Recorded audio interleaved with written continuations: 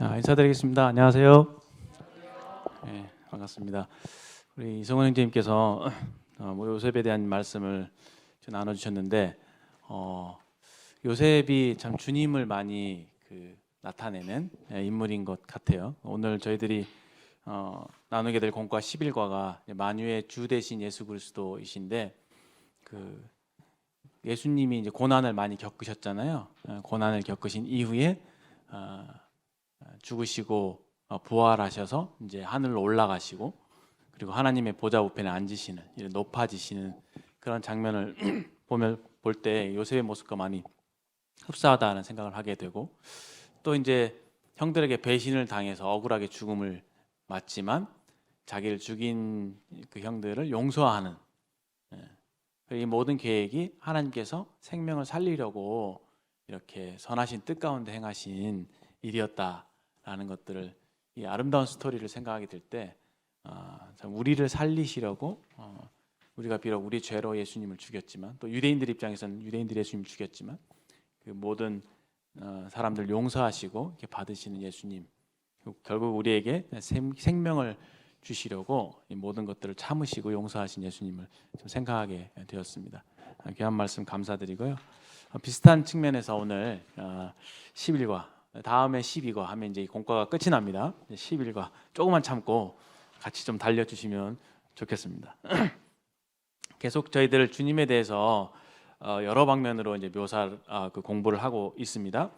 지난 주까지는 예수님의 고난, 죽음, 그다음에 부활하셨으니까 이제 하늘로 올라가심, 그렇죠? 하늘로 올라가셨기 때문에 그 다음에 어떻게 됐죠? 하나님 보좌 우편에 앉으심, 그 부분에 대한 거예요. 하나님 보좌 우편에 앉으셨다는 것이 예수님께서 높아지신 것, 하나님께서 예수님을 이렇게 높이신 그런 장면으로 생각할 수가 있습니다. 우리 11장의 주제가 만유의 주 대신 그리스도, 예수 그리스도 이렇게 되어 있는데요.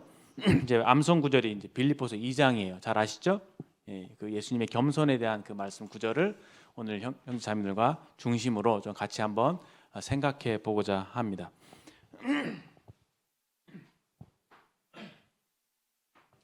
성경은 참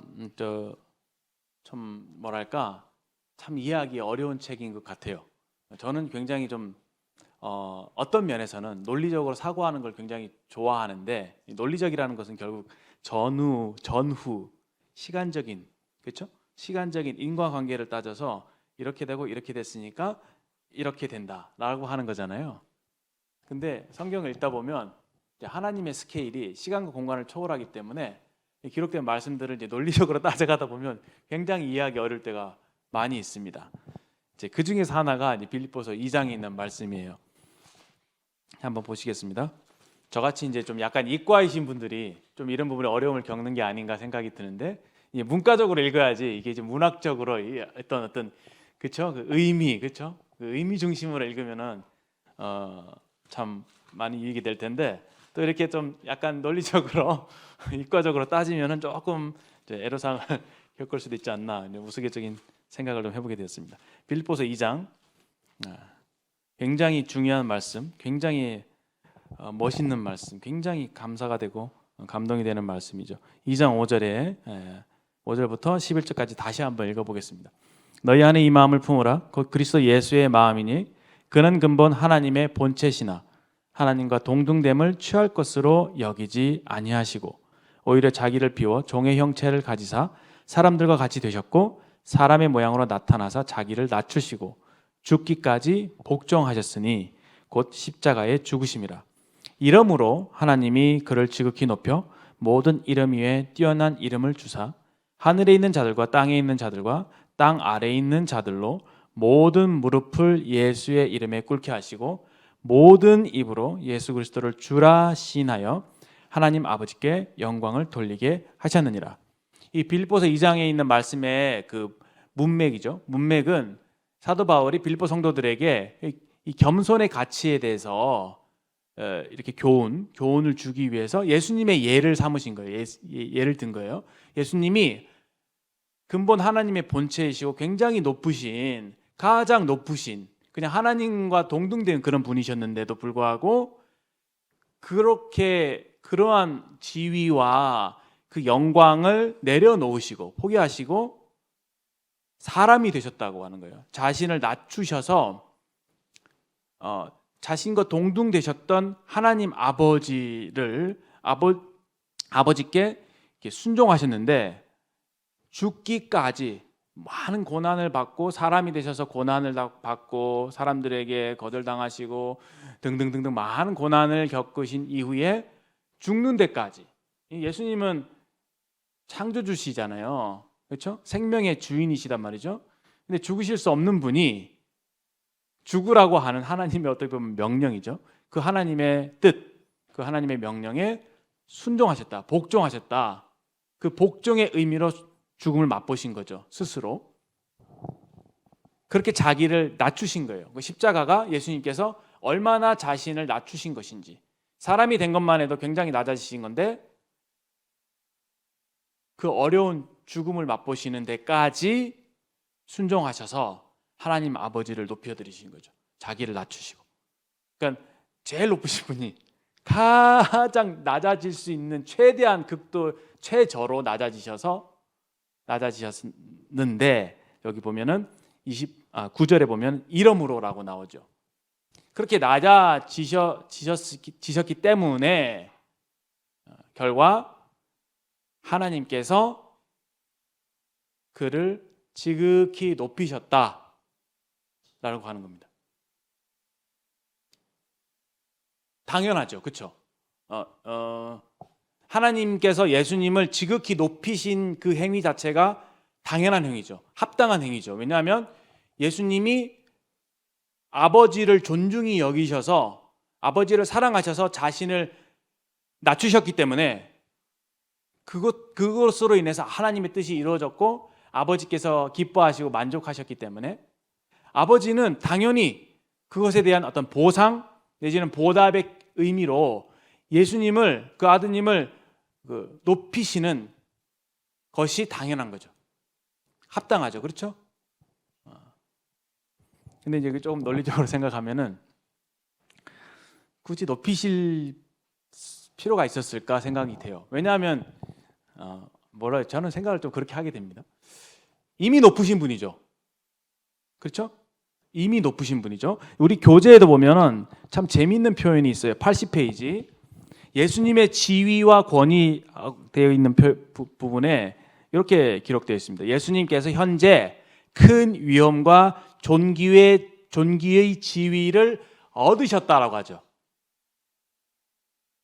근데 제가 알고 있는 신학과는요, 예수님은 하나님과 동등된 분이셨죠. 시간 밖에 계시는 영원하신 하나님, 그리고 삼위일체는 제가 말씀드렸듯이 세 위격이 동등하죠. 동등해요. 동등하고 서로 일치되시고 그런 가운데서 사랑 안에서 연합되어 있다. 저는 그렇게 이해하거든요. 삼위일체가. 그러니까 그 어떤 하나님으로서의 지위에 있어서도 저는 하나님과 동등하다라고 하는 것이 그런 의미라고 생각을 해요. 그런데 인류를 구속하는 우리를 구원하기 위한 그 하나님의 일, 그 일을 위해서 아버지께서는 이 구원을 계획하시는 계획자의 역할을 하신 것이고 그 하나님의 아버지의 계획에 순종해서 아들 하나님은 그 계획을 몸소 이행하시는 그 역할을 감당하신 것이죠. 그리고 그 일을 예수님께서 이루고 나셨잖아요. 이루셨잖아요. 이제 이루신 그 일이 우리 믿는 사람들에게 적용될 수 있도록, 그렇죠? 적용될 수 있도록. 그러니까 예수님 하신 일을 믿음으로 우리가 실제로 구원받는 그 일이 우리 각 사람들에게 이루어질 수 있도록 하기 위해서 성령을 보내셨고 성령을 통해서 그 일을 이루어 가시죠. 그러니까 우리가 믿는 것도 사실 성령의 도우심으로 예수님을 알게 되고 믿게 되고 영생을 얻게 되는 것이죠. 그러니까 이 구속 사역에 있어서 이 삼위의 하나님이 얼마나 서로 그 팀워크를 이뤄서 동역하시고 연합하셨는지 알게 됩니다.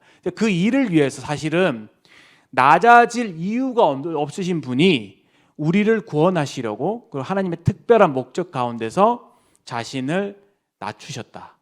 사람이 되시는 그 역할을 감당하셨다. 저는 이렇게 이해가 됩니다. 그러니까 원래 예수님은 만유의 주인이시죠. 그리고 우리가 지금 주인이라고 하는 단어, 굉장히 중요한 단어죠. 주님, 영어로 쓰겠습니다. Lord, 그렇죠? Lord. 이 Lord란 단어가 성경에 많이 등장하게 되는데 그 예수님은 주님이세요. 그러니까 주님이신데 여기 좀 잘 생각해야 될 부분이 더 로드가 있죠. 더 로드라와 마이 로드가 있어요. 그렇죠?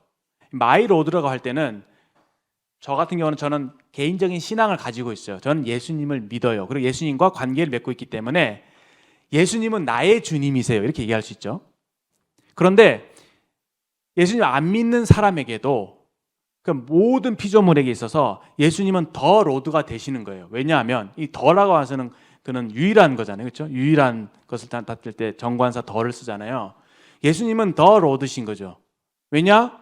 그분만이 유일한 창조주이시기 때문에. 제가 지난 시간에도 말씀을 드렸지만 존재하는 모든 것을 두 부분으로 구분하면은 그렇죠? 하나님과 하나님이 아닌 것으로 구분된다고. 그렇죠? 스스로 존재하시는 그 존재와 그분으로 인해서 만들어진 창조된 존재들로 구분됩니다. 천사부터 시작해서 그렇죠? 모든 우리가 흔히 성경에 만물이라고 얘기하는, 그리고 여기는 만유라고 되어 있죠. 만유란 말이 좀 어렵는데 만자를 한자에 만자를 쓰잖아요. 만물, 만유 할 때는 그 만자는 모두를 의미하는 거예요. 그러니까 영어로 하면은 만유의 주라고 하는 말은 The Lord of All이죠. All. 그 all은 제가 정의하기를 존재하는 모든 것. 그러니까 이 하나님께서 존재하는 모든 것을 창조하셨기 때문에 그 존재하는 all에 대한 주인이신 거예요. 그렇죠? 창조주이시기 때문에 주님이신 거예요. 그분은.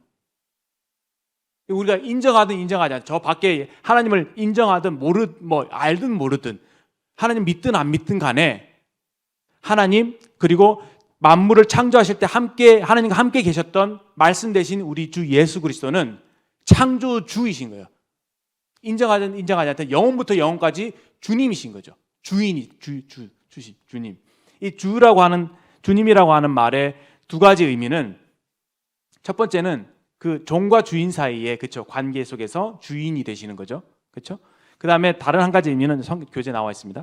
최고의 지도자, 가장 높으신 분을 말할 때 주님이라고 씁니다. 우리나라에서 가장 높으신 분은 누구죠? 대통령이죠. 근데 이 주님이라고 하는 단어는 대통령보다 더 높은 단어예요.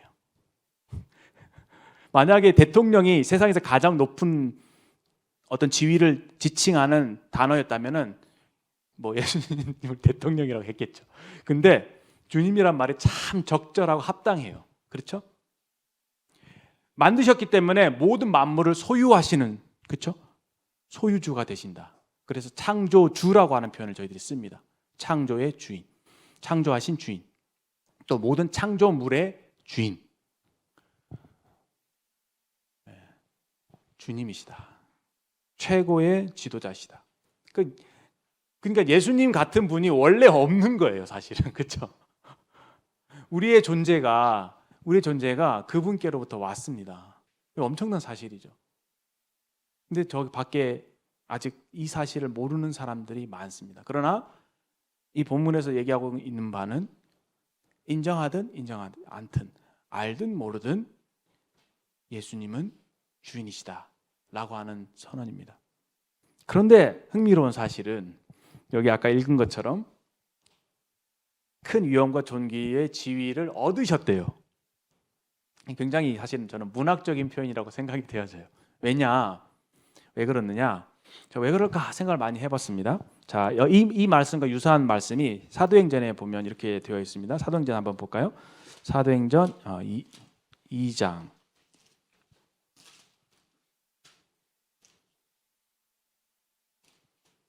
36절. 그런즉 이스라엘 온 집은 확실히 알지니. 여기 지금 베드로가 십자가에 예수님을 십자가에 못 박은 이스라엘 사람들, 유대인들에게 하는 선언이에요. 선언, 그렇죠? 이스라엘의 온 집은 확실히 알아야 된다. 너 지금 착각하고 있는데 이거 확실히 알아야 된다라고 한 게 뭐냐?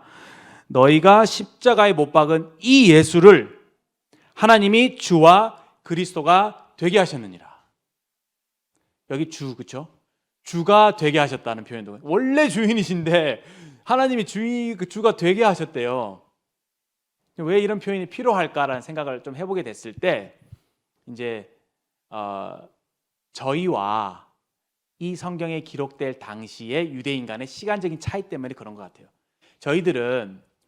저는 그래요. 이제 성경을 좀 읽어봤잖아요, 그렇죠? 처음과 끝을 알아요. 그러니까 어느새 했죠. 아주 교만하게 전적 작가 시점에서 성경을 보는 거죠, 그렇죠? 그러니까 끝을 알아요, 그렇죠? 우리는 끝을 요한계시록까지 알잖아요. 그러니까 앞으로 어떻게 될까 내다 보니까 뭔가 그 성경을 읽을 때 어떤 시간적인, 어떤 역사적인 그런 관점, 역사적인 흐름에 따라서 성경을 읽는, 다시 말해서 이 말씀이 기록될 당시에 유대인들은 어떤 상황에 있었으며 왜 여기 나오는 베드로는 유대인들에게 그런 말을 했어야만 했을까라는 거예요. 다시 말해서 이때 당시에 분위기는 어떻습니까? 사도행전의 분위기는 예수님께서 이스라엘 백성들이 예수님을 십자가에 죽였죠, 실제로 역사적으로.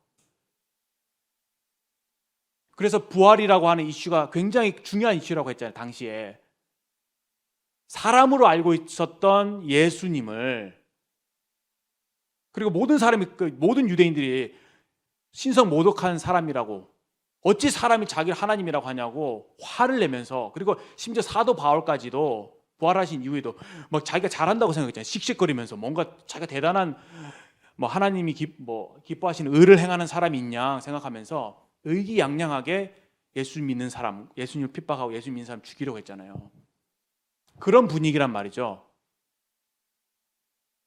그런데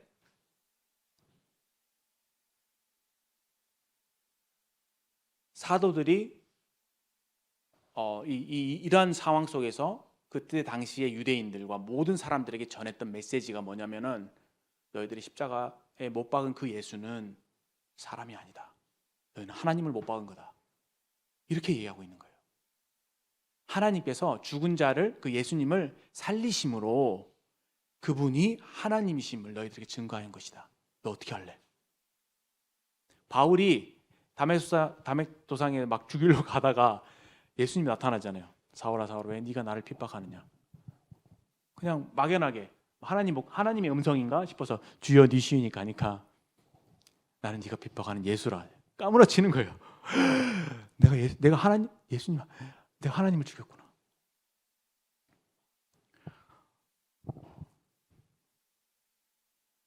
이때 당시에 이 사람들에게 들려줘야 했던 가장 강력한 메시지는, 여러분들이 사람으로 알고 있었던, 그래서 사람으로 알고 신성 모독으로 죽였던 그 예수님은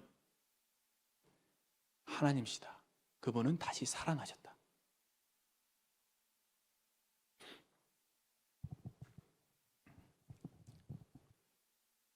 이 사실을 하나님 아버지께서 이 역사의 이 시점에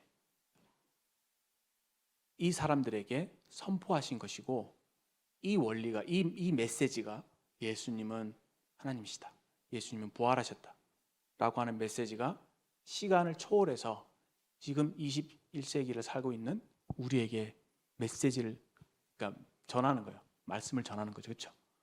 그분은 주님이시다. 예수님은 주인이시다. 주와 그리스도가 되게 하셨느니라. 이 되게 하셨다는 표현이 그래서 하나님의 아들을 향한 그 증거 내지는 선포, 선언이라고 생각이 되어져요. 그렇죠? 너희들 내 아들을 십자가 못 박았지. 너희들 정말 착각한 거야. 너 큰일 난 거야. 이 아들은 내 아들이니라. 이 예수는 하나님이니라 라고 아버지 하나님께서 선포하신 것입니다. 그러한 측면에서, 이러한 관점에서 빌립보서를 우리가 읽었을 때 하나님이 하신 그 행동, 자기를 낮추신 아들 예수님을 높이신, 그렇죠? 그 행동을 이해할 수 있겠죠. 왜? 많은 사람들이 예수님을 하나님으로 알지 못하고 있어요. 육신을 입고 있으니까 사람으로 알 수밖에 없죠. 사람으로. 근데 성경에서는 이게 정말 중요한 메시지라고 얘기하고 있거든요. 왜냐하면 예수님이 하나님이셔야만 지금 21세기를 살아가고 있는 우리에게 2000년 전에 죽으신 그 예수님의 죽음이, 그렇죠, 나를 위한 죽음이 되는 거예요. 그래서 하나님께서 아들을 이렇게 높이신 그 행위, 그리고 높이심을 세상 모든 사람들에게 선포하셨죠. 이게 중요한 거예요. 알리신 거죠. 그분이 주님이심을 아버지께서 아들에 대해서 증언하신 것이다, 증거하신 것이다, 이렇게 이해할 수 있을 것입니다. 여기 관련된 성경 구절들을 우리 교재에 있는데 한번 그렇죠? 한번 대략적으로 훑어보면 히브리서 2장에는 영광과 존귀로 관 쓰신 예수라고 되어 있죠. 영광과 존귀로 관 쓰신 예수님. 그리고 에베소 1장 21절에 보면 모든 통치와 권세와 능력과 주권, 그리고 모든 이름 위에 뛰어나게 하셨다. 원래 주인이시고 원래 모든 이름 위에 뛰어난 분이셨음에도 불구하고 그분이 자기를 낮추셨는데, 그 낮추심에 대해서 하나님 아버지께서 너무 큰 영광을 받으셨고 기뻐하셨기 때문에 그 아드님을 아버지께서 증거하시는, 그리고 자랑하시는, 세상 사람들에게 그런 자랑하시기 위해 그렇게 높이시는 거죠. 높이시는 행위를 우리에게 나타내 보이신 거죠. 모든 이름 위에 뛰어나게 하셨다. 뛰어나게 하셨다고 하는 그 메시지가 우리에게 주는, 선포하고 있는 그 의미가 있는 거잖아요. 그렇죠? 이해되십니까? 그래서 바울은 그것을 얘기하면서 우리가 얼마나 겸손해야 되느냐를 빌립보서에서 우리에게 가르쳐주고 있는 것이죠. 자기를 낮추는 자는 높아지고 높이는 자는 낮아지리라. 그렇죠? 그 원리가 그대로 적용되고 있는 것을 보게 됩니다. 베드로전서 3장에 있는 말씀 한번 보셨으면 좋겠는데요. 자, 저희 공과와 많이 깊은 관련이 있는 구절이기 때문에 3장 22절 이렇게 되어 있습니다.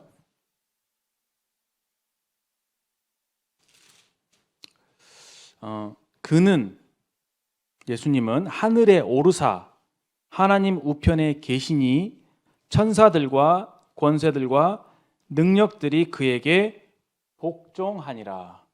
여기 천사들, 권세들, 능력들이라고 하는 저희들이 알 수 없는 아주 정말 성경에서 어려운 단어들이 등장합니다. 천사들은 이해가 돼요.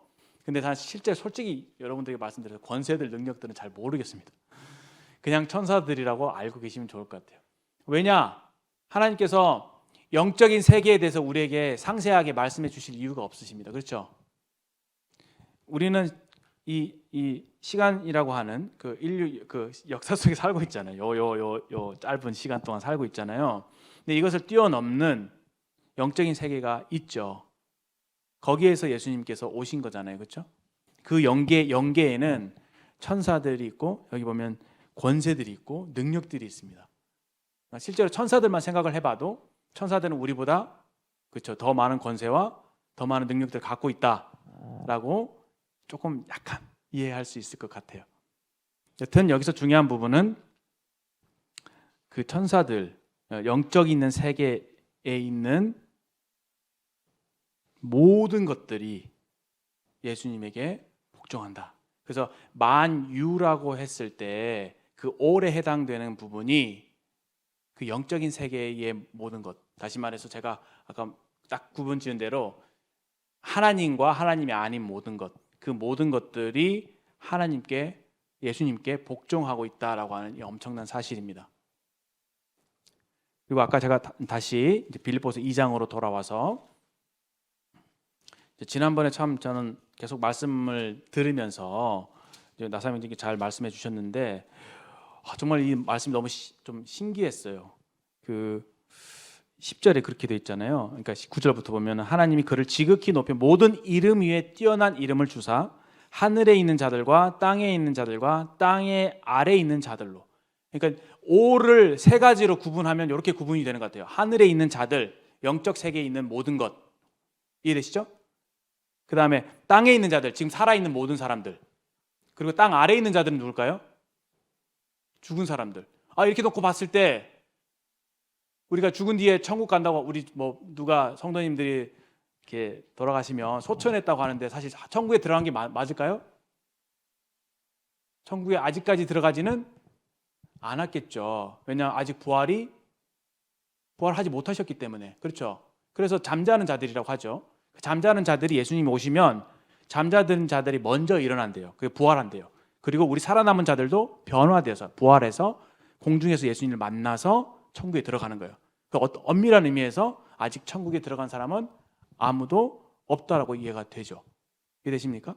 그래서 여기 이 하늘에 있는 자들, 땅에 있는 자들, 땅 아래에 있는 자들을 구분해 볼 때 그 죽은 사람들, 지금 역사적으로 살다가 간 사람들, 그럼 지금 살고 있는 사람들, 그리고 영적인 세계에 있는 존재들, 그 모든 자들. 또 이 모든 자들을 생각할 때 공통점이 있습니다. 여기에 모든 자들 하면서 구체적으로 설명할 때 모든 무릎이라고 했죠. 그 다음에 모든 입이라고 했어요. 무릎과 입이 있어요. 어떤 존재일까요? 제가 말씀드릴 때는 이 자유의지를 가진 존재들이에요. 그렇게 해야지 논리적으로 설명이 됩니다. 보세요. 자유의지가 없는 만물들은 다 하나님 명령에 복종해요. 제 말이 맞죠? 예수님께 복종합니다. 자연 만물들, 그렇죠? 자연 만물이 하나님의 능력을 선포하고 있고 예수님을 찬양하고 있어요. 우리가 몰라서 그렇지. 다 복종합니다.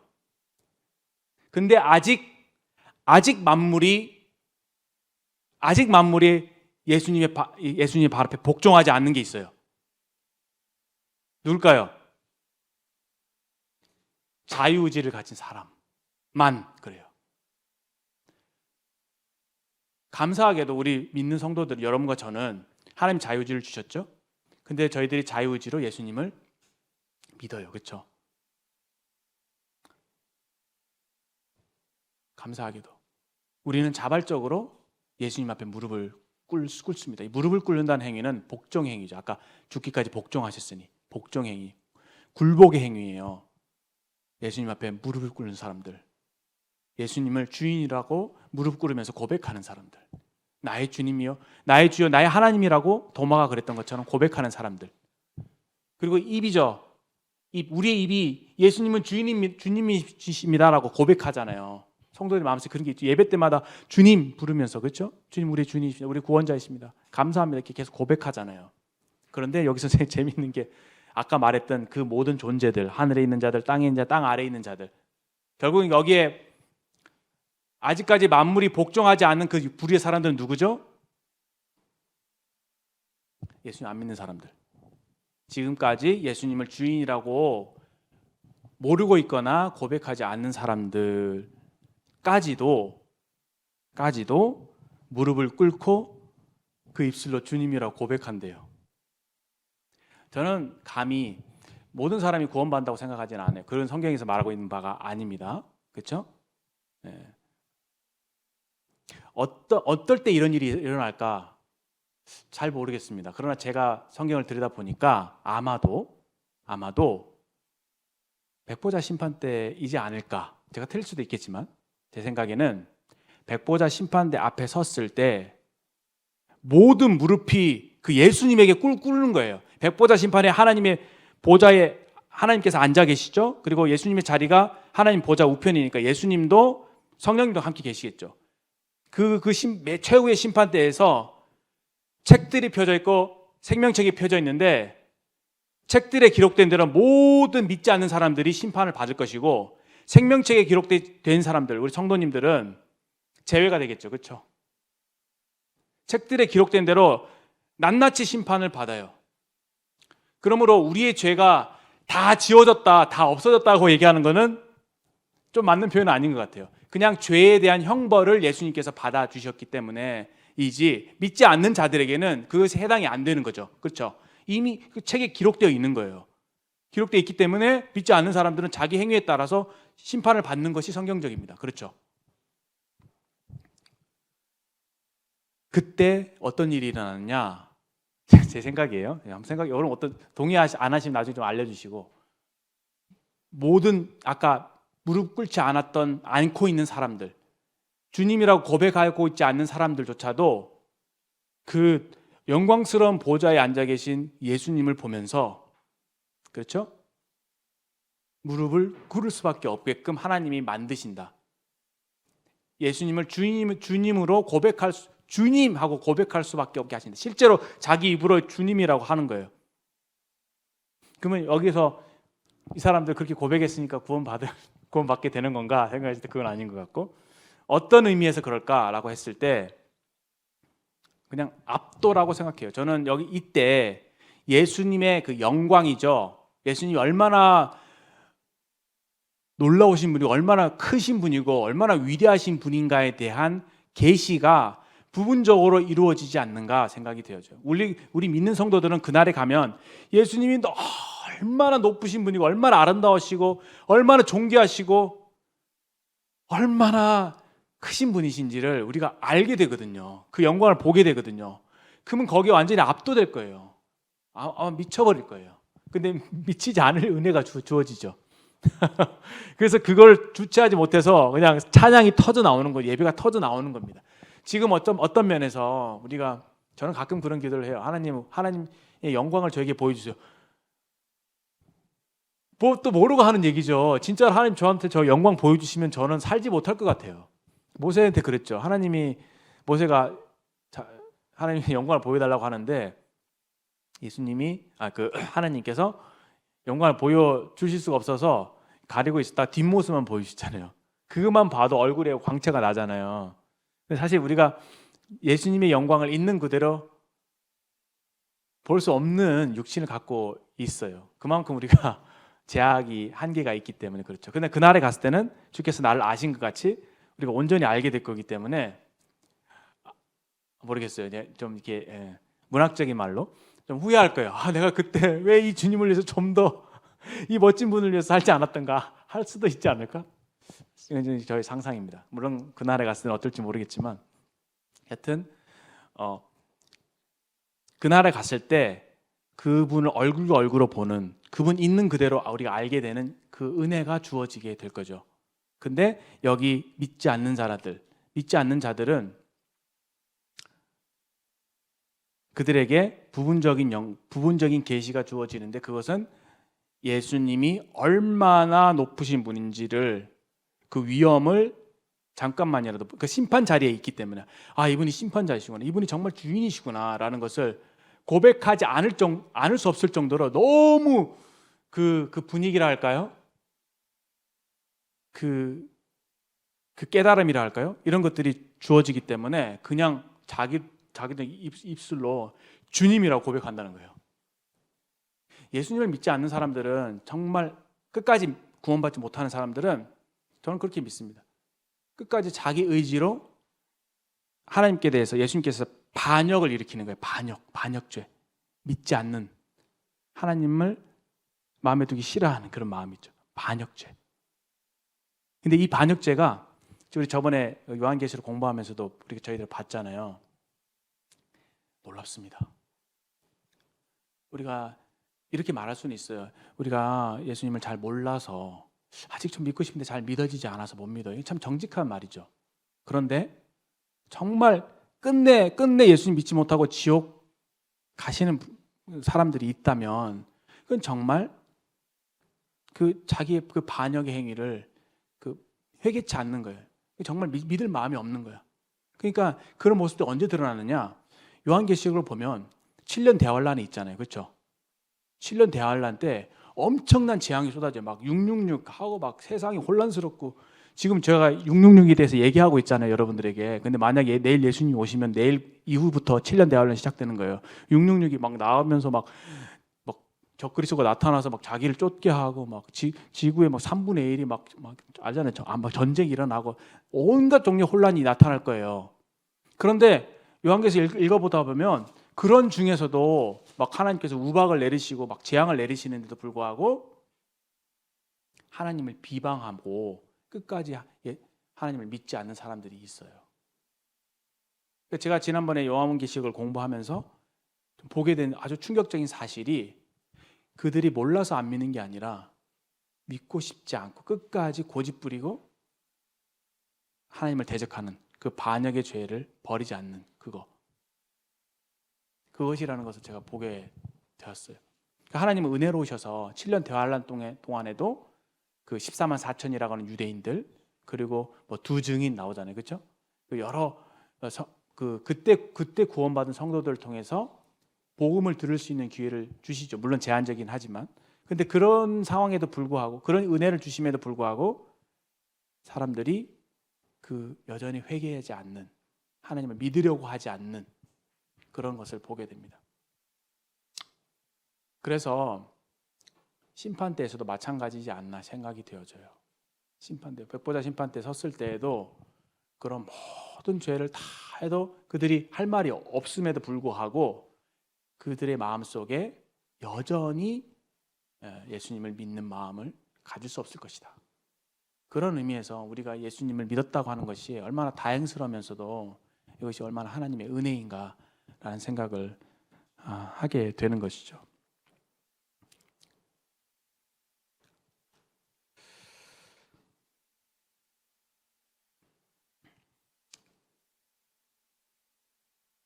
모든 무릎이 예수님의 이름에 꿇을 것입니다.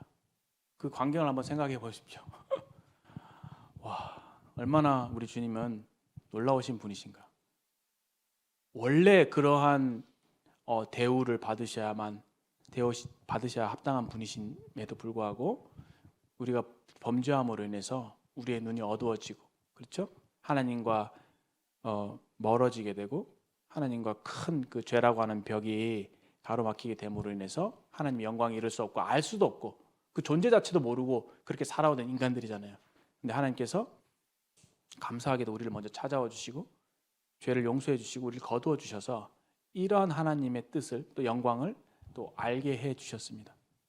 우리가 자발적으로 이러한 주님께 무릎을 꿇고 주님이라고 고백할 수 있게 됐다는 사실이 얼마나 감사한지요. 보세요.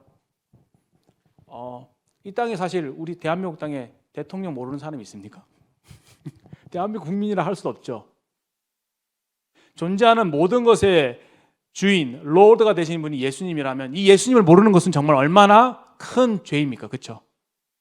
얼마나 큰 불행인가요? 모든 만물의, 모든 만유의, 모든 존재하는 것에 주인을 알아보지 못하는 것은 얼마나 피조물로서 배은망덕한 그런 죄인가요? 얼마나 합당치 않은 것인가요? 그렇죠? 우리가 우리를 낳아주신 부모님에 대해서도 부모님이 나를 낳아주신 것을 알고 효도는 못하더라도 엄마 아빠 불러주고 어버이날에 생일 때 선물 챙겨드리고 이 정도만 아는 것도 당연한 거잖아요, 솔직히. 그렇죠? 근데 부모님을 인정하지 않고 계신지도 모르고 인정하지도 않고 그렇게 산다면 그거 정말 말도 안 되는 페르나라고 그렇게 하잖아요. 근데 우리를 존재하게 하신 피조물로서 우리를 존재하게 하신 창조주를 알아보지 못하고 그분을 주님이라고 고백할 수 없다면 이 죄는 정말 용서받을 수 없는 죄인 거죠. 그래서 어떤 면에서 제가 감정적으로 얘기해서 모르겠지만 이건 정말 큰 죄인 것 같아요. 그런 그 죄로 인해서 글쎄요, 합당하다고 한 측면 생각했을 때 지옥 갈 수밖에 없지 않는가. 그런 예수님을 끝까지 싫게 거부한다면은 어떻게 하겠어요? 참 안타까운 일이지만 그러지 않기를 바라기 때문에 저희들이 좀 눈물로써 주변의 사람들에게 복음을 증거해야 되지 않는가 생각을 하게 됩니다. 본문에 보시면 계속 빌립보서 2장 9절을 보고 있는데요. 그 이사야 45장 22절 23절에도 비슷한 구절들이 이제 기록되어 있는데 모든 무릎이 예수의 이름에 꿇게 되면 꿇게 된다. 왜냐하면 그분이 하나님 유일하시며 그렇기 때문에 그분에게 모든 무릎이 꿇어야 된다. 이런 말씀이 이미 구약에 기록되어 있는 것을 보게 됩니다.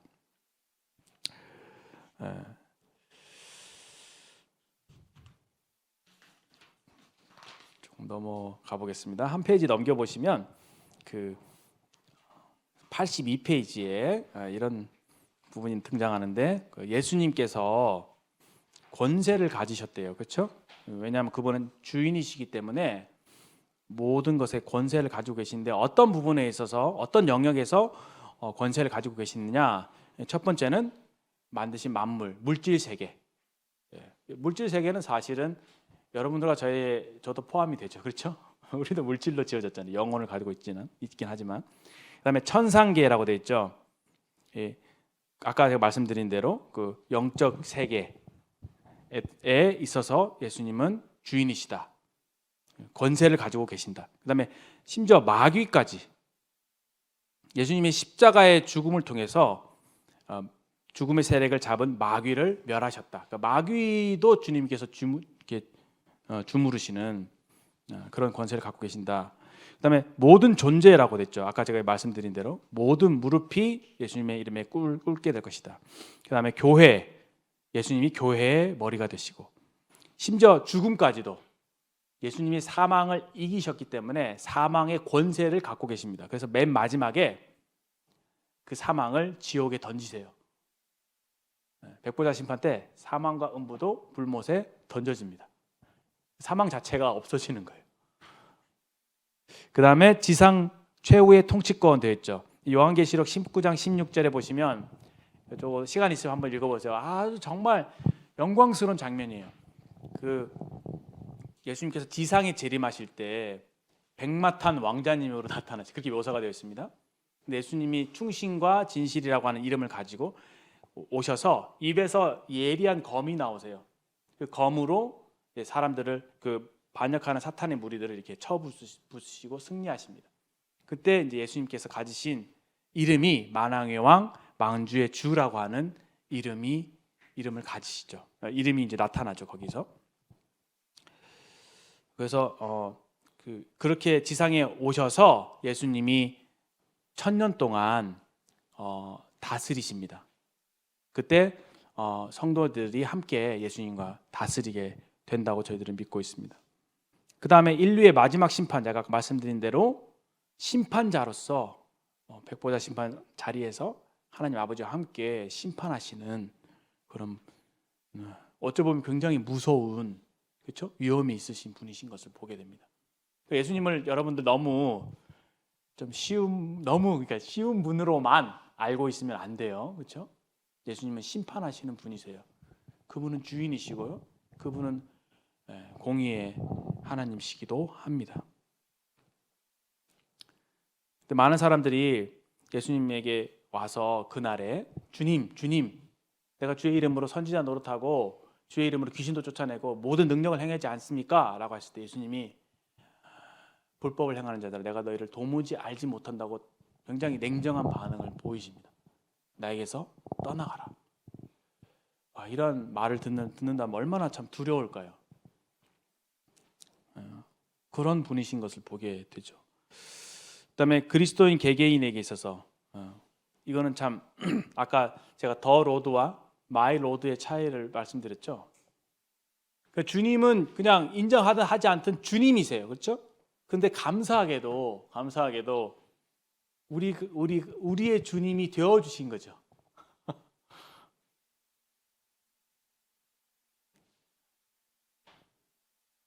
우리가 피조물로서 주님은 나의 창조주십니다라는 의미로 주님이라 부르는 것이랑 그렇죠? 그냥 우리가 섬기는 대상으로서 주님이라고 부르는 거랑 좀 다르죠. 그렇죠? 그래서 성경 말씀에는 성령을 통하지 않고는 예수님을 주님이라고 부를 수 없다라고 얘기하고 있습니다. 그러니까 성령님을 통해서 우리가 예수님과 이 개인적인 관계를 맺게 된 것이죠. 어떻게 우리가 예수님에게 주님이라 고백하면서 무릎을 꿇고 그분께 굴복하게 되었나요? 어떻게 우리가 예수님께 순종하게 되었나요?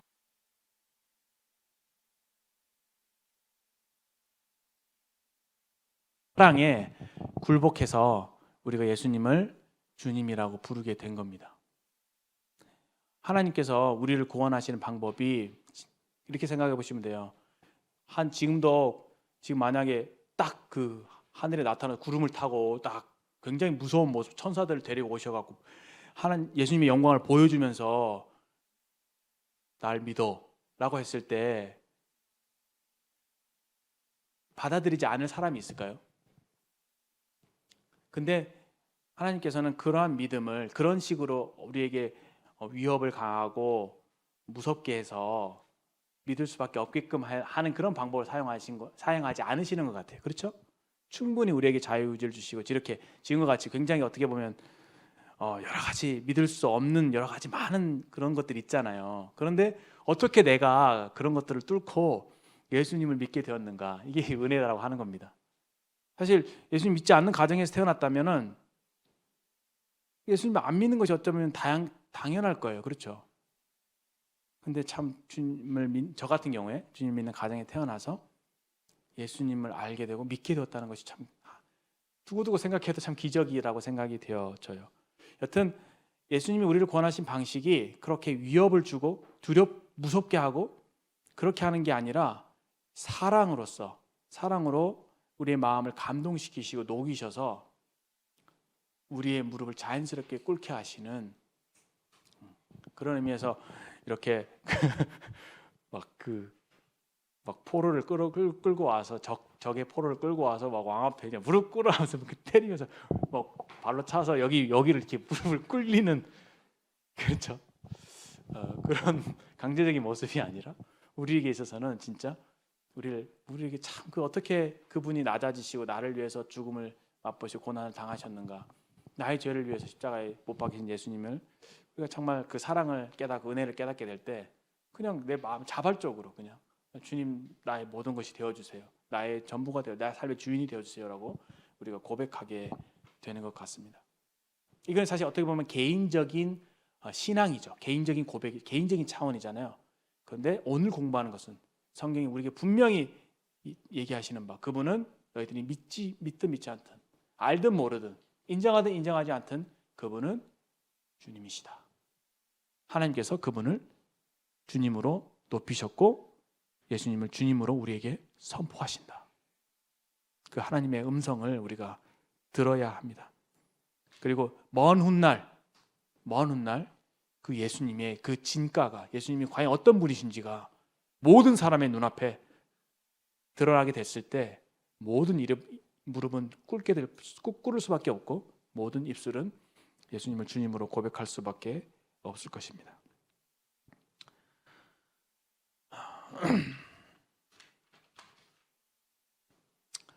그 다음 구절에 영광이라고 하는 개념이 좀 등장을 합니다. 조금 부연을 해서 말씀을 좀 드리면 예수님이 이런 기도를 하세요.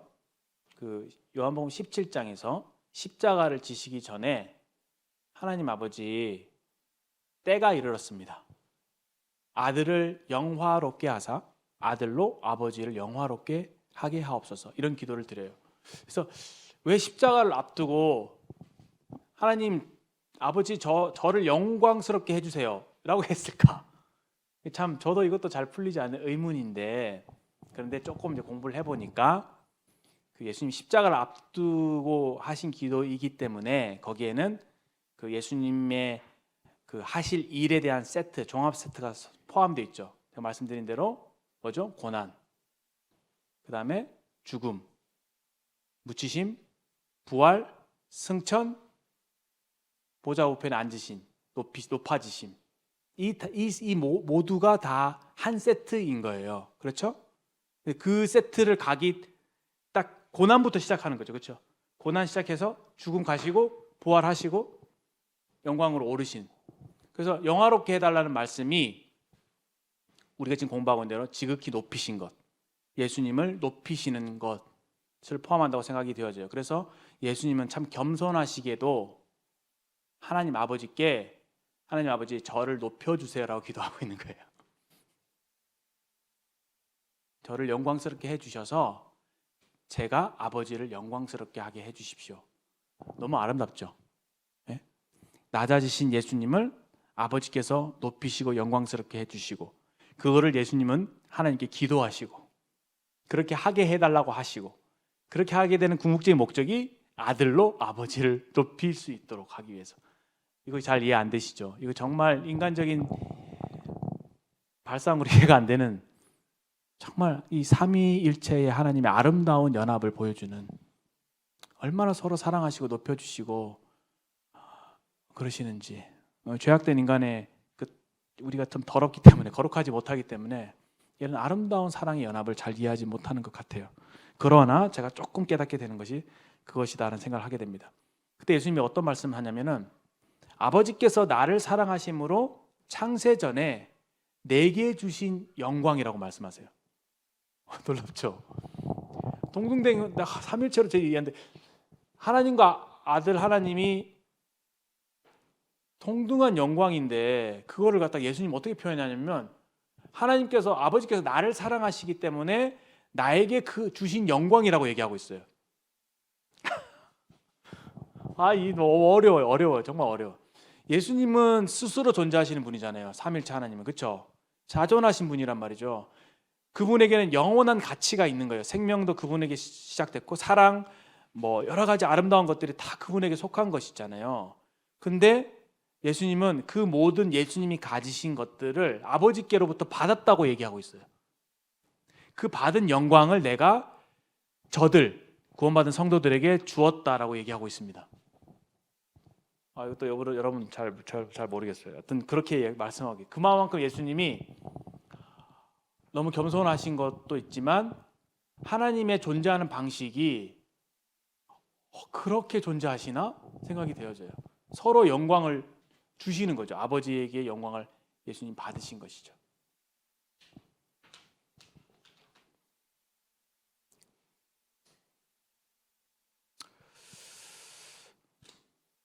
예수님의 영광은 성경에 이제 영원한 지위, 이 땅에서의 삶, 기적, 예수님이 변화되실 때, 또 승천하실 때, 재림하셨을 때 이렇게 드러납니다.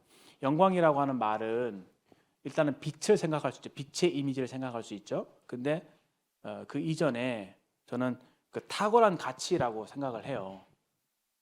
모든 면에 있어서 하나님이 가지고 계신 탁월한 가치, 그것이 감추어져 있어요. 그런데 감사하게도 그 영광을 예수님이 이 땅에 오셔서 보이지 않는 하나님의 영광을 우리에게 보여주셨어요. 그 예 중에 하나가 저는 빌립보서 2장에 겸손을 봅니다. 빌립보서 2장에서 예수님의 겸손에 대해서 얘기하고 있잖아요. 겸손의 영광이라고 생각을 해요. 얼마나 영광스러우냐? 사실은 하나님이 겸손하신 분이시거든요. 왜 겸손하시냐?